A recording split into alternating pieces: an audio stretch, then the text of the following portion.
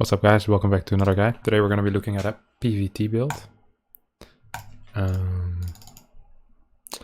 Colossus build specifically in PvT. So we'll start with the build order, and then I have one replay against a tank all-in, tank Raven, or actually just a tank push, and one game against the more standard 3-Rex into Widowmine. So the two most common scenarios are taken care of. This build is a relatively safe build against all early aggression. It gives a lot of scouting information. The only problem is that you shouldn't lose too many workers in the early game, because that would make the build a lot worse. You don't get a very fast third base, so actually losing workers in the early game kind of sucks. You don't want to lose any of them most of the time. Luckily, it's pretty easy to not lose workers because you have so much vision, and because you have your warp gates very quickly as well, because you're just getting a robo as a tech structure before gateways. So let's get into the build order. Just open with a pylon. You can scout after pylon, or you can scout after gateway. Usually on maps that are a bit longer, like Acropolis, I like to scout straight after pylon, or the first probe that comes out of my nexus after pylon. Both is fine. This is in case that there is no barracks once you scout. You can build your cyber core before your nexus, in case of a proxy reaper. So that is always a good thing to be able to do. You want to be able to react to what you scout. If you scout too late, then you can't even go core before nexus anymore. So in this case, I would be able to. Luckily, I see he has a barracks at home. Of course, it's a very easy AI. Now, we follow it up with 14 pylon, just 16 gate, 17 gas. So the standard 1 gate expand, basically. 20 nexus. We only rally into the gas, so we have 16 workers in minerals at all times. And then we just rally into the gas. So we build a cyber core at 20. We get our second assimilator at 21. And then we get a pylon on the low ground at 22. Make sure that this pylon is still in range of the nexus, so that it becomes a fast warping pylon. Of course, if you're not aware, if your pylon is in nexus range, the warp-in is about 3 seconds. If your pylon is outside of nexus range, so over here, it takes about 7 seconds, I believe. So you want it to be close enough to your nexus, but still give you the ability to wall off if necessary with gateway. So gateway, gateway. Now, we only want to wall off with 2 extra gateways in case we scout a gas first. If it is a barracks first, we don't need to wall off because there's no real threat of a run by coming in. If it is a gas first, I'll show you exactly what to do as well. But always build this pylon on the low ground just in case it is a gas first. So, once again, we rally into the gas. We always keep 16 workers on minerals, as minerals is the limiting factor with this build and gas really isn't. We get a robotics facility, we start our warp gate, chrono boost on our first adept, then we start our stalker the moment our adept finishes, and always continuous worker production, 2 chronos on the next side. And make sure that you don't take any damage from a reaper. You don't really need to scout with the adept, it's not necessary, just keep it at home to make sure that the reaper doesn't do any damage. So the moment our robotics facility finishes, we get our observer. We kind of would like to start chrono boosting it once it's halfway. I didn't do it this time, that's a mistake.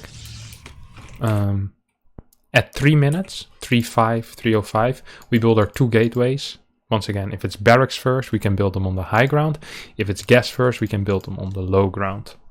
After our stalker finishes, we start a sentry immediately, by the way, which will help us defend in case it's a Hellion run by. Because in that case, we can put the adept kind of in the wall or forward. If he comes by, we can just force field this area with our sentry, and then we can wall behind the force field with 2 extra pylons to make sure that once the force field runs out, the Hellions won't be able to run in. So that's very important. Now, around 3:35, we will get our gases on our natural base.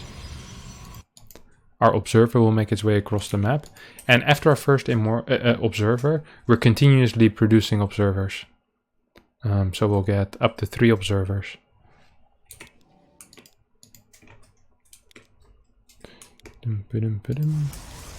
The moment our gases finish, we get in with probes, and at around 4 minutes, we build a pylon, usually at this location, to spot for any incoming drops, followed by a nexus. So at this point, we should have about 40-ish, 41, 42 probes, so almost complete saturation on 2 bases. We get a nexus. And at this point, we scout our opponent's base. Now, here we'll make a distinction between a couple of things. If we see that our opponent is doing a tank benchy all-in of some sorts, we don't get our Robo Bay at this point. Like if we see a factory which is producing tanks, if we see him move out with a medevac, a tank, and 10 marines, what we do is we warp in and we start an immortal. Like we warp in 3 stalkers, warp in an immortal. However, if we see something like just a mine drop, or we see a 3-rex, or we see just basically anything that can't really be aggressive, what we'll do is we'll immediately build our robotics bay. So here we go. Build the robotics bay over here. And this is all before our first warp in. You see that? So we haven't warped anything in. We got our 3rd base before our first warp in, and we got our robo bay before our first warp in. Now, we want to do our first warp in before his medevac with the mine drop can come in. So against the barracks first, that should be around 440. Against the gas first, that should be around 420. Okay? So that's when we want to do our first warp in. So here we go. Warp in 3 more stalkers. And we have those 2nd and 3rd observer spread in a way where we can see a good part of the map. Now, in combination with this pylon and this pylon, we can see a good portion of the map. So we can position our units here, because this is the only angle at the moment from where the medevac could come, where we can't see it from. Anything else is already covered either by observers or by pylons. So in this case, we will never take any damage from basically anything. Continue building pylons. And then before you do a second warp in, so we're still only on 4 stalkers, 1 sentry, 1 adept, already start your forge and your twilight. Also before your first Colossus. Now continuously be producing probe, but don't chrono boost them. Just wait until your Robo Bay finishes, start your first Colossus and put some chrono boost on there. Continue probe production, non-chrono boosted once again. The moment your forge finishes, this is very important. If you scout with your observer that is going for tanks, you play armor and charge. If you see that he's going for a lot of mines, you go +1 attack and you get blink. Now, on top of getting those 2 upgrades, you also add 2 extra gateways.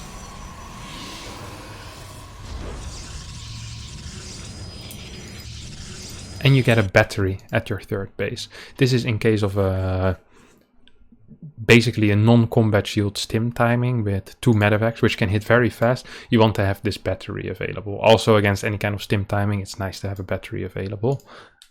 Even the later ones.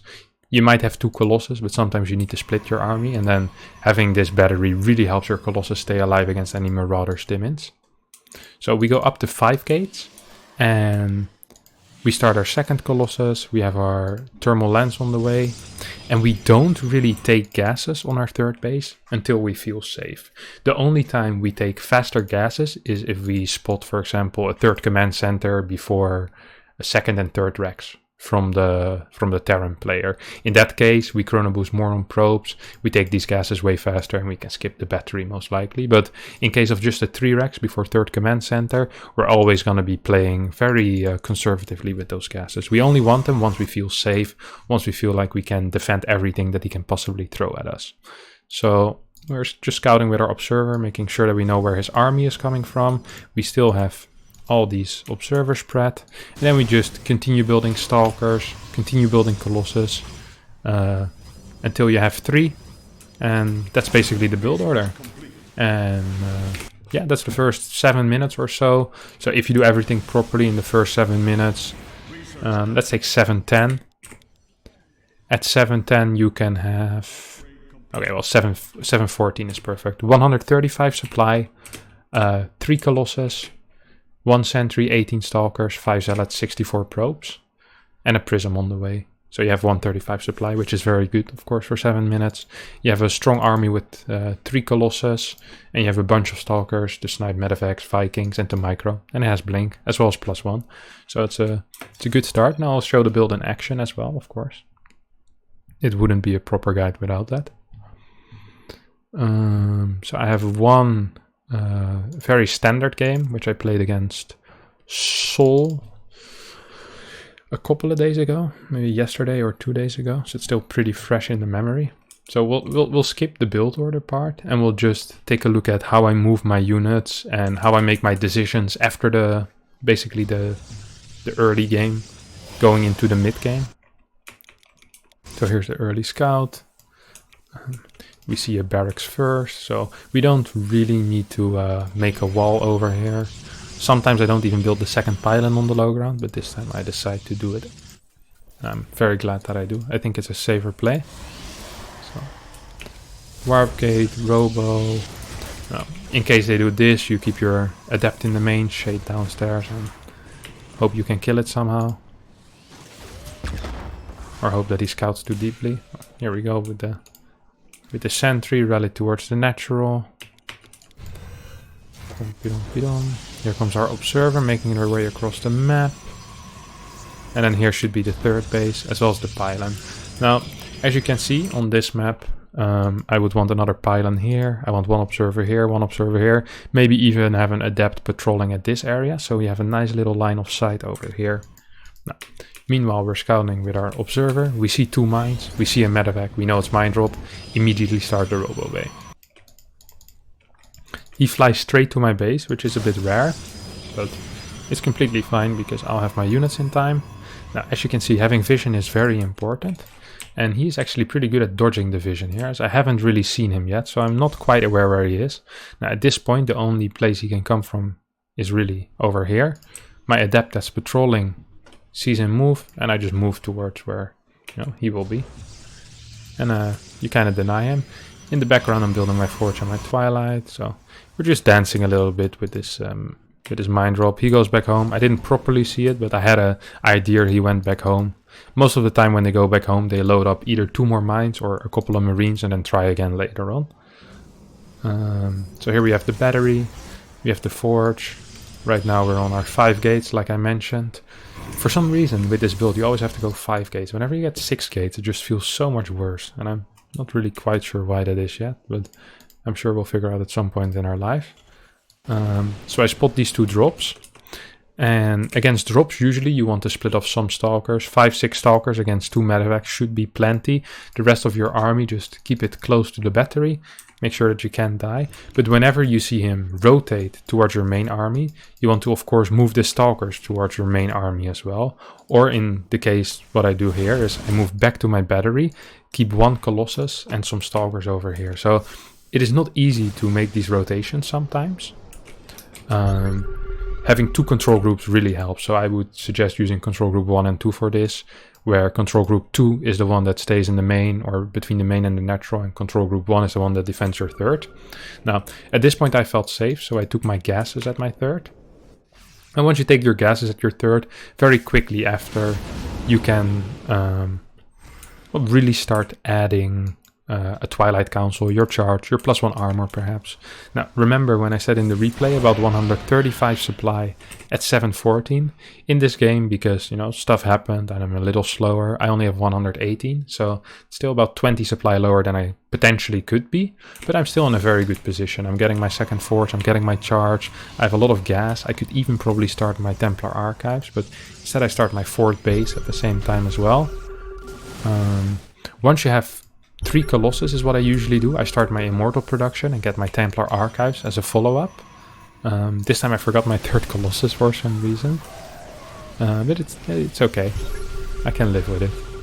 I defend this push, and from this point on, most of the time when you get your 3 Colossus out and you have your blink and +1, you get a lot of map control, which you should use to maybe do a fake push towards his 3rd while you're getting your 4th base, or maybe getting a prism on the map, maybe doing some zealot run-bys into his 3rd. You just want to be on the map and establish your dominance, because he can't really fight into Colossus most of the time. He tries to.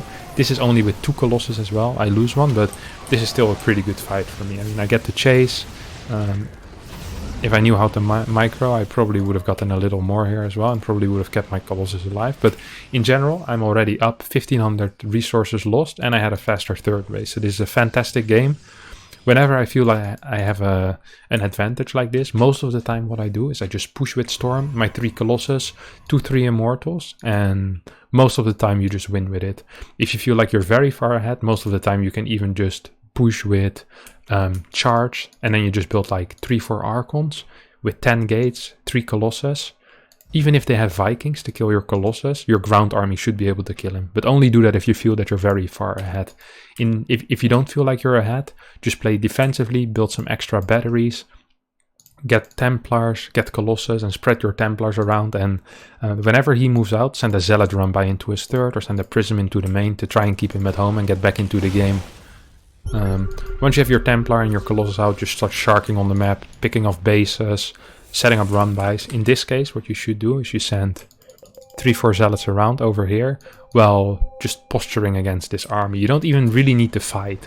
All you need to do is just posture, make sure he stays in a position somewhere out on the map.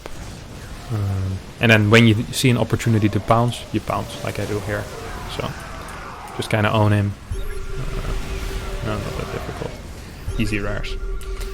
Alright. Then the second game is a different scenario. It's against a guy called Jack. Never heard of him, but put up a nice little game with a tank push. And against the tank push, like I mentioned, you want to get your armor upgrade and you want to get your charge upgrade. Rather than the blink and the +1. If you crush the tank push, usually you're so far ahead that 90% of the time you can just A-move your opponent on their 3rd base afterwards. If you feel like the fight was a little close and you lost 1 or 2 Colossus, perhaps don't do that, but most of the time when you crush the push, you're completely fine to just A-move after. So I'll just show you exactly how this differs from anything else. Well, first of all, you don't really need to be afraid of mine drops if they open with tanks, so that's fantastic. It's a lot easier to play against this style, is all I'm saying. Like it can feel annoying to play against tanks, but trust me, with this build order, you're gonna absolutely love it. I just moved across the map after I killed this Reaper. If you're new to the build, please don't do it. I actually did open mine drop. I didn't remember that. And then afterwards he went tank. So I scout that. I scout that he's getting tanks. I deal with the mine drop. I get my Forge and my Twilight. Of course I get my range. And I start my charge and I start my armor upgrade. Now, in this case, I go up to a higher gate count. I go up to 7, I believe. And then I start my second Colossi. And on top, in case of a Raven, by the way, if he gets a Raven, you start a very fast Templar Archives as well. So you would start the Templar Archives the moment you have gas after you start your second Colossi. You don't build many gas units, of course, just building Zealots. In case of the Raven, you want to keep 1 High Templar available to feed back the Raven, so he can disable or put an anti-armor missile on you. But mainly the disable, the interference matrix on the Colossus is dangerous. In this case, it was only tanks, which I scouted. Tank Marine. I just get a bunch of Zealots. Eventually, I get myself a Templar Archives and a couple of Archons. And what you just do is you keep vision on him with your observer if possible. If he scans it, then you just have to make sure that you know where he's coming from.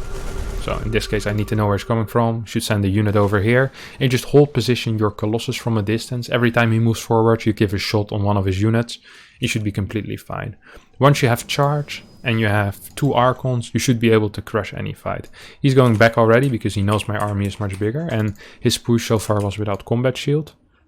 He tried to get a very quick timing with just stim, but he realized that I had too much for it. Now, the way you want to engage, if you're actually going to engage, you want to have a run-by with a couple of Zealots. Or well, a flank, sorry, not a run-by. Come from a different side and draw some tank fire.